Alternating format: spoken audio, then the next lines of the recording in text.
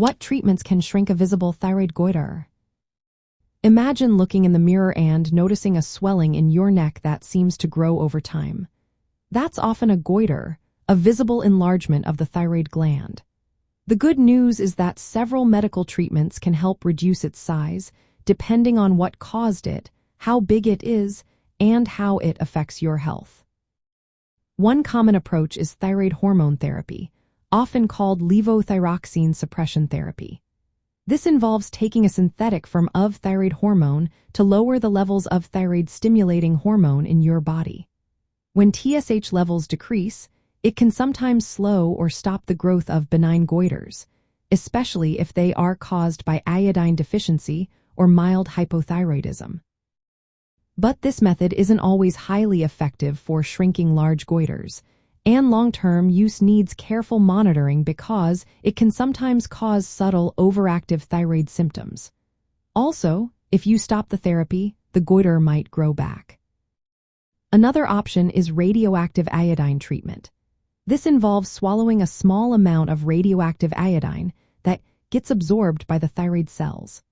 Over time, the radiation destroys some of the overgrown tissue, leading to a gradual reduction in size. This treatment is especially useful for multinodular goiters or those causing symptoms because of compression or excess thyroid hormone production. Usually, within a few months to a year, patients see a significant decrease in goiter size, often between 25 to 50%. Sometimes, doctors give medications like methimazole beforehand to increase the effectiveness of the radioactive iodine. Minimally invasive procedures are also available. Radiofrequency ablation uses heat energy delivered through a thin needle to destroy parts of the thyroid tissue. It's an outpatient procedure, meaning you can go home the same day, and it preserves healthy thyroid tissue. Ethanol ablation, on the other hand, involves injecting alcohol into cystic or fluid-filled nodules to shrink them. These techniques are especially effective for benign cystic goiters and can be good alternatives to surgery. For larger or more complicated goiters, especially those that are difficult to remove surgically, thyroid artery embolization can be considered. This newer technique blocks the blood supply to the goiter, causing it to shrink over time. Studies show that within 6 months, about 80% of the volume can decrease, and symptoms like difficulty swallowing or breathing often improve as the goiter shrinks.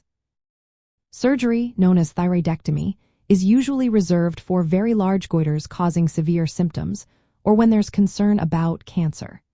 Removing part or all of the thyroid gland provides immediate relief by eliminating the enlarged tissue. However, surgery carries risks such as damage to the vocal cords or the parathyroid glands, so it's typically considered when other treatments aren't suitable or have failed. Ultimately, the best treatment depends on your specific situation, including the size of the goiter, symptoms, thyroid function, and personal preferences.